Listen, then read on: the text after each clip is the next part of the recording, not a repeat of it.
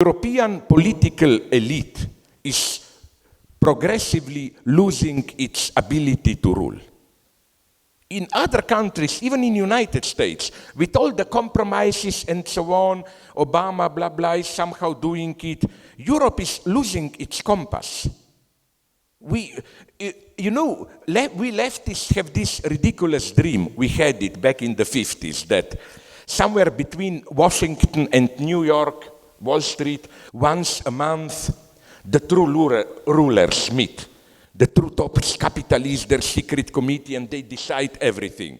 Well, considering Europe today, I would have said, I pray if there at least would have been this type of secret committee of people who know what they are doing. There is not.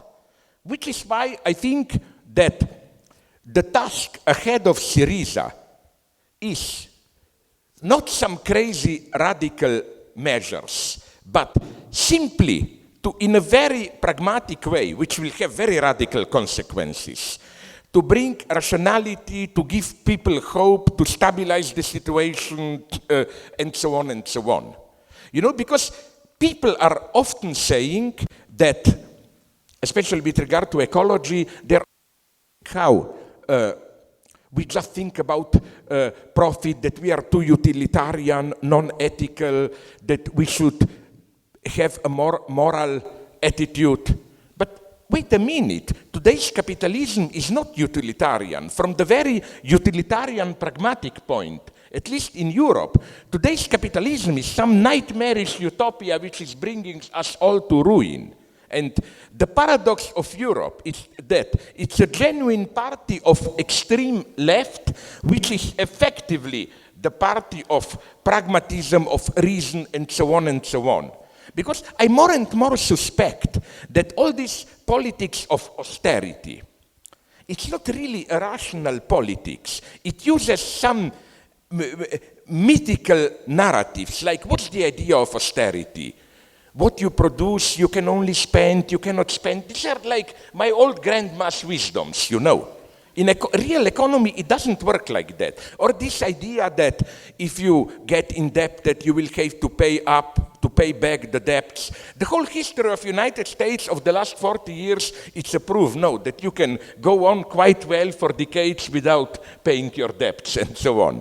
So what I'm saying is that we should become more attentive to the irrationality deeply embedded in our daily reactions, irrationality, ideological irrationality of the present global system. I don't buy everything that Paul Krugman is, but once he gave an ingenious answer.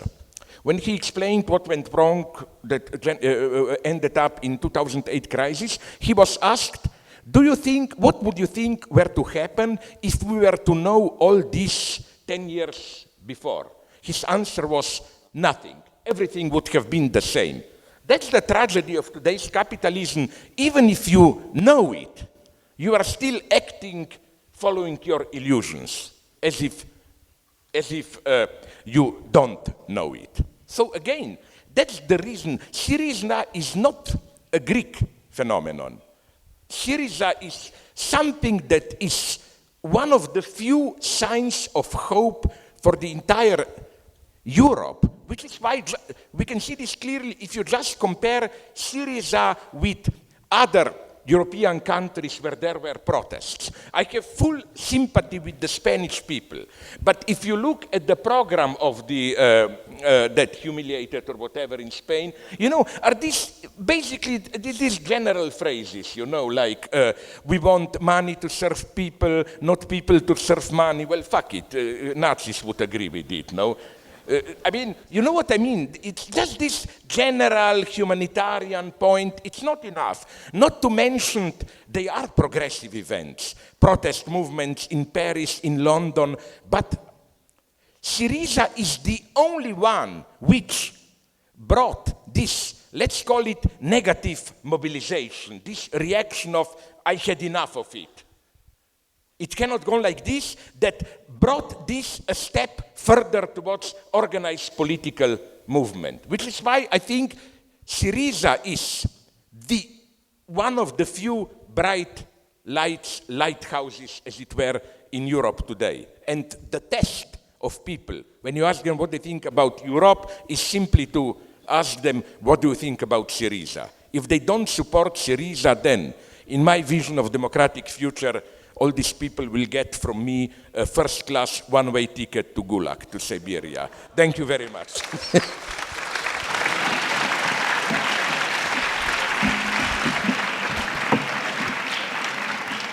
Slavo, you already mentioned several points which I think could be interesting for the development of our further discussion. On the one hand, you mentioned the European leaders who are, in a way, completely lost. Besides new austerity measures, they don't have any new model which they can invent in order to get full employment, industrialization, and so on. On the other hand, you mentioned Lula, and Alexis Tsipras was recently at the funeral of Chavez. And in one of your interviews, you mentioned that Argentina, after the financial crash, could be a model for Greece.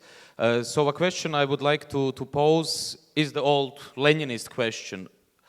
Not only what is to be done, but the answer everyone wants to hear, actually, not only in this room, but also other countries and people of the European Union.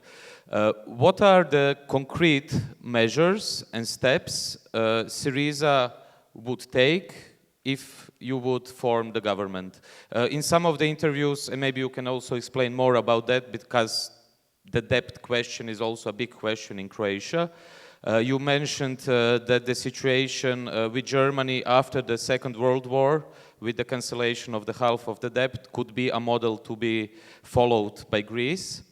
And there are other measures as well. So my question is actually, what can the organized, institutionalized left, the party of Syriza, do if it gets to power?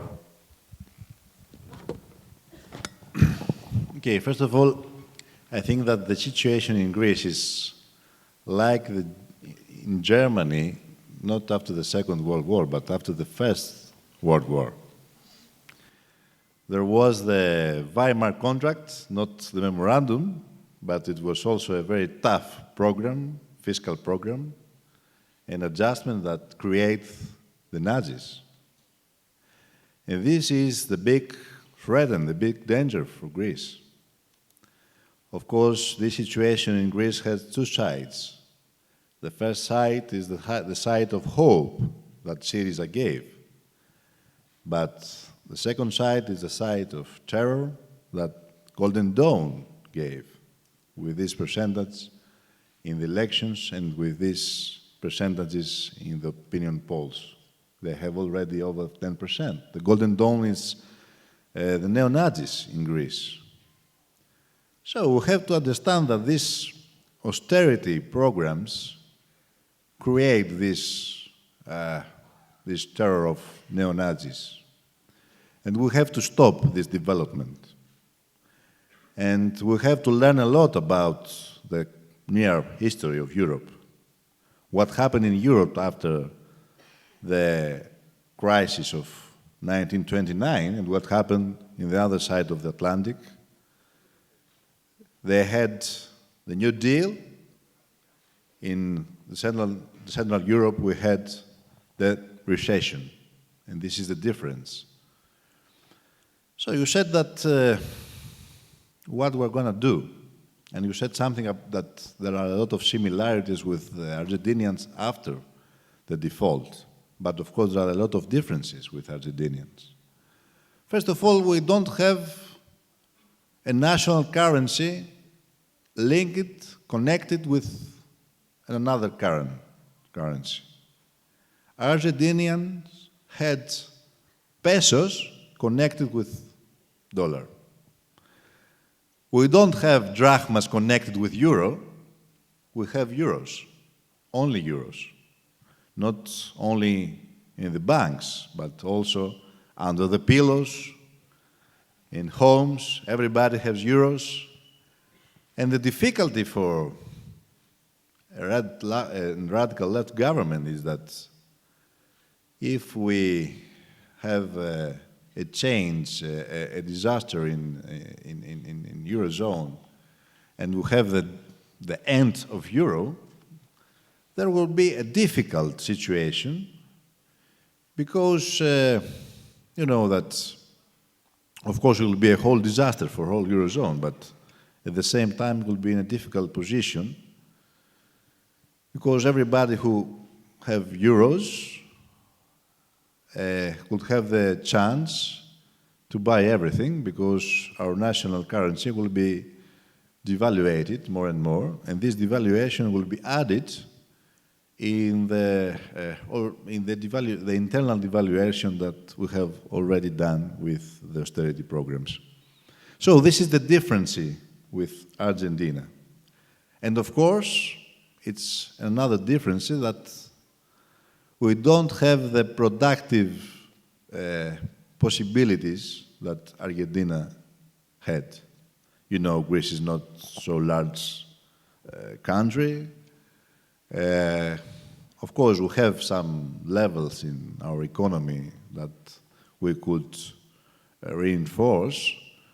The quality, agricultural level of economy, but not. There are a lot of differences with Argentina.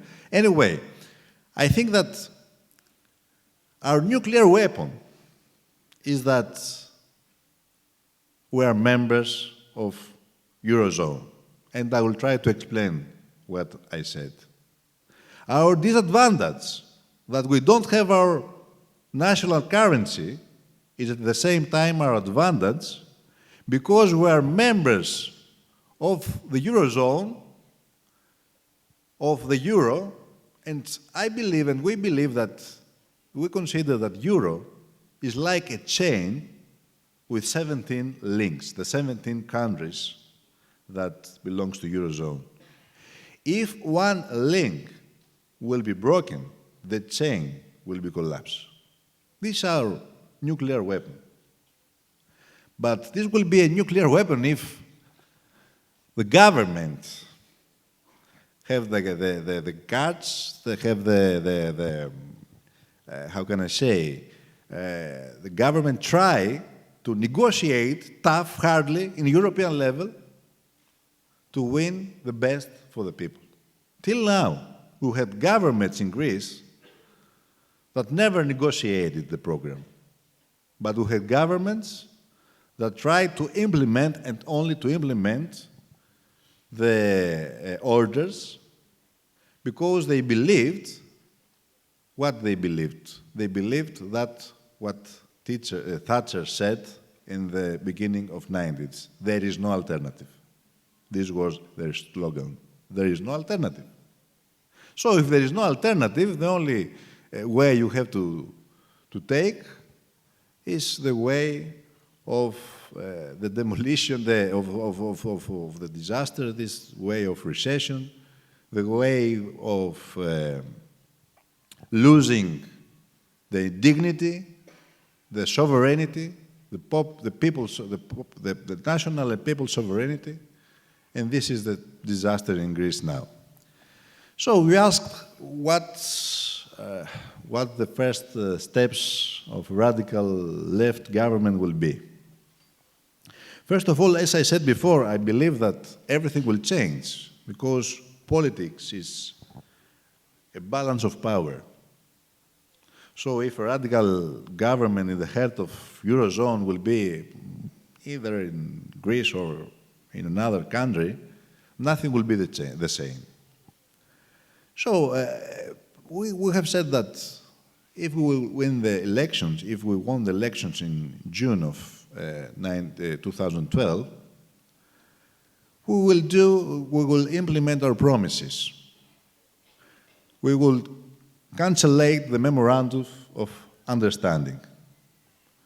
We will reject the memorandum and we will try to reinforce the active demand with a few words to give money to these people